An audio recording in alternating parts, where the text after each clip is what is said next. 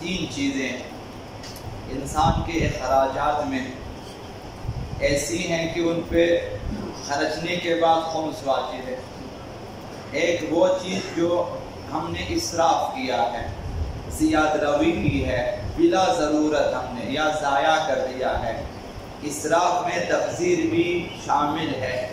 تبذیر یعنی ضائع کر دیا آپ نے، اسراف یعنی ضرورت سے زیادہ خرچہ، تبذیر یعنی ضائع کر دیا، گرا دیا، جلا دیا۔ مثلا جس قدر بھی ہم اسراف کریں گے، تبذیر کریں گے، ضائع کریں گے اپنی مرضی سے، ان کا خمس واجب ہے۔ اسی طرح دوسری چیز، جس قدر بھی مال و دولت ہم گناہوں پہ خرچیں گے اس کا بھی خمس واجب ہے۔ ضائع کر دیا مثلا گناہوں پہ خرچہ ہے، مثلا پٹاخوں پہ خرچہ ہے بلا ضرورت، کی ضرورت نہ ہو، مردمہ داری کے لیے مثلا شادی بیاہ میں بلا ضرورت، مثلا جس کی ضرورت نہ ہو انسان ضائع کر دے، گناہوں پہ خرچے جو عرض کیا۔ جس قدر بھی گناہ پہ ہم نے خرچا اس کا خمس واجب ہے۔ اور تیسری چیز، ہم اپنی شان اور اپنی حیثیت سے زیادہ خرچے، چاہے وہ دینی امور میں ہی کیوں نہ خرچے، اس کا خمس واجب ہے۔ ایک انسان کی تنخواہ 25,000 روپے ہے، اب وہ گھر کی ضرورتوں کو چھوڑ کر ساری تنخواہیں مسجدوں میں لگا دیں، بارگاہوں میں لگا دیں، حیثیت سے زیادہ غیر معمولی اخراجات بھی ہے، ان پر بھی خمس واجب ہے۔ گناہ تو اپنی جگہ کہ اگر گھر والوں پہ سختی کرے، ان کی ضرورتوں کو نظر انداز کر دیں اور کر کے انسان غیر معمولی اخراجات ہیں کہ ایک شخص جس کی تنخواہ 25-30-50,000 ہے، اسے مساجد بارگاہ میں عزاداری میں کتنا خرچنا چاہیے، خاص معمول کے حساب سے خرچنا چاہیے۔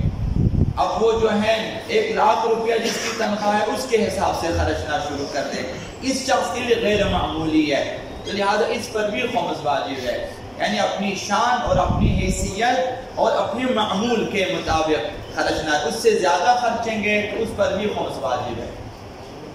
تو لہذا عموماً ہمارے ہاں یہ جو ہے خیال ہے کہ ثروت مند جس کے پاس مال ہے، دولت ہے، ثروت ہے، جس طرح چاہے خرچے، اس کی مرضی ہے۔ شریعت میں اس طرح کی اجازت نہیں ہے۔ لہذا چونکہ ثروت مند کا اپنا مال ہے اور میرا مال ہے، میں جس طرح چاہے خرچوں، شریعت میں ایسا قانون نہیں ہے۔ شریعت کے مطابق ثروت مند کے لیے جس کے بعد دولت ہے، اب اس کا اپنا ایک مقام ہے، اس کی اپنی ایک حیثیت ہے معاشرے میں، علمی حیثیت ہے، معاشرتی حیثیت ہے، اجتماعی حیثیت ہے، یا سیاسی حیثیت ہے، یا دینی حیثیت ہے۔ اپنی حیثیت کے مطابق رہائش اور اسی طرح کھانا پینا اور اسی طرح سے گھر، اسی طرح سے اخراجات ہوتے ہیں۔ اگر ایک ثروت مند اپنی حیثیت سے زیادہ خرچیں، اپنی معاشرتی جو حیثیت اس سے زیادہ خرچیں، تو پھر اس کا یہ خرچنا صحیح نہیں ہے۔ ضرورت سے زیادہ خرچیں اور اپنی حیثیت اور اپنی شان سے زیادہ خرچیں صحیح نہیں ہے۔ ان اخراجات کا جو وہ ثروت مند اپنی حیثیت سے زیادہ خرچے گا اس کا خمس ادا کرنا واجب ہے، خمس ادا کرنا چاہیے۔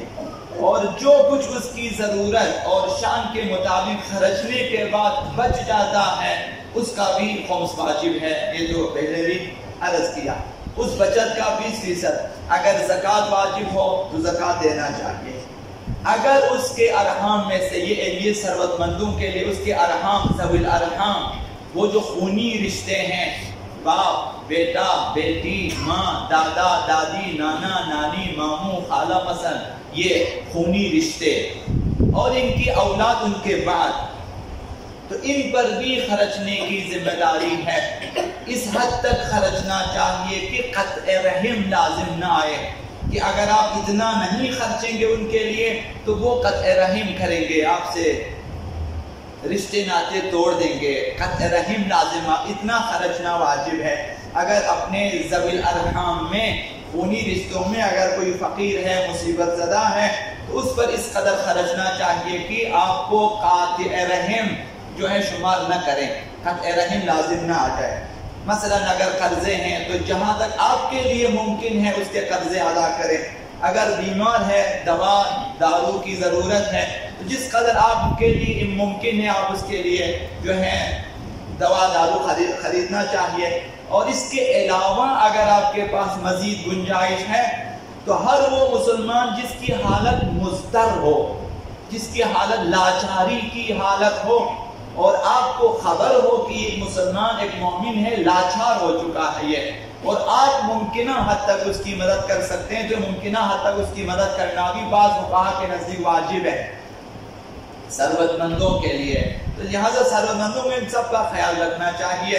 تو آخر میں جو چیز عرض کرنا چاہوں وہ یہ کہ البتہ جن کے پاس مال و دولت کا ذخیرہ ہے، جو لوگ اپنے اور اپنی حیثیت کے مطابق خرچنے کے بعد بچت ہے، ذخیرہ ہے، ان کے لیے اگر انہوں نے اپنے وظائف شرعی اور حقوق مالی ادا نہ کیا تو ممکن ہے کہ اس آیت کا مصداق قرار پائیں کہ جہاں خداوند متعال فرماتا ہے والذین یکنزون الذهب والفضة، وہ لوگ جو سونا چاندی ذخیرہ کر لیتے ہیں، ولا ينفقونها فی سبیل اللہ، اور انہیں راہ خدا میں نہیں خرچتے۔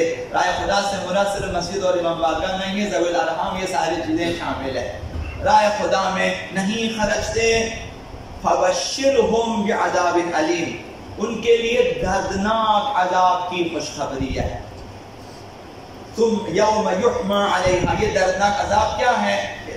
خداوند متعال نے فرمایا یوم یحمى علیہا فی نار جہنم، اس سونے کو اور اس چاندی کو جنہیں ذخیرہ کیا اور نہیں خرچا، ضرورت مندوں کو نہیں خرچا، صلہ ارحام میں نہیں خرچا، قیامت کے دن جہنم کی آگ میں انہیں تپایا جائے گا، گرم کیا جائے گا۔